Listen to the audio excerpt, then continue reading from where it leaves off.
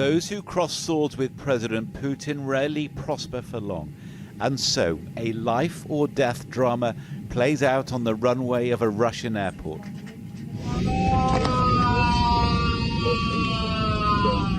Passengers on his flight from Siberia have already heard Alexei Navalny cry out in agony and watched as paramedics board before he is stretchered away to a waiting ambulance. He was pictured just before takeoff drinking tea in an airport cafe. Friends believe it contained a poison, that this is an assassination attempt. He is the main figure of the Russian political opposition to Putin, so it is evident that they would that an attack and a poisoning like this is very possible.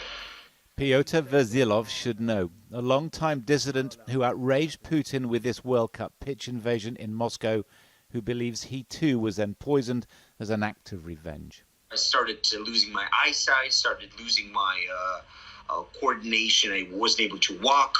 I was already on the verge of losing my consciousness and going, basically slipping into a coma. For a decade or more, Navalny has been a thorn in the Kremlin side, ridiculing Putin and highlighting corruption and cronyism. He now joins a long list of Putin's enemies who've been targeted. Alexander Litvinenko, the former Russian intelligence officer, died after drinking tea laced with radioactive polonium. Then the Salisbury poisoning of double agent Sergei Skripal and his daughter Yulia. In Russia, democracy advocate Vladimir survived despite multiple organ failure after suspected poisoning. What matters for Putin, say critics, is deniability. Out of one side of his mouth, Putin is saying, I've done it, and if you challenge me politically, then terrible things are going to happen. And out of the other side of his mouth, he's saying, I haven't done it. You can't hold me legally responsible. And that's how Putin operates. That's why he likes poison. Navalny has been attacked before. In 2017, he lost part of his sight in one eye after a chemical was sprayed on him. Tonight, his wife visited the hospital where he lies in a coma. The Kremlin has wished him a speedy recovery, but photographs show more police than doctors near his bedside. And John joins us now from Vilnius in Lithuania, once part of the Soviet Union, of course, where he has been monitoring events in Belarus over the past few days. You've probably seen. John, look, this is a startling turn of events, though perhaps not that surprising. What do you make of what we've seen today? Well, it bears all the hallmarks of a classic Kremlin hit.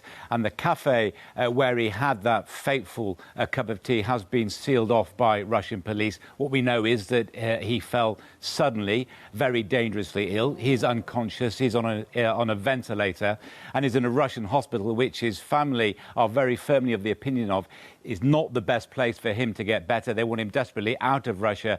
France and Germany have offered medical facilities. We're talking, Tom, not just about another Kremlin critic. There are a few of those. This guy really is a pain in the side for Putin. He's challenged him politically. But it's those investigations following the money around a whole list of Kremlin insiders and Putin associates that makes him a very dangerous figure. Means there are a lot of enemies. But, you know, all roads in Russia always lead back to Putin. When he's been accused of these crimes in the past, he's laughed, he's shrugged them off, even though his agents have sometimes, like Salisbury, been caught pretty much red-handed. It may be that we never find out the full truth here.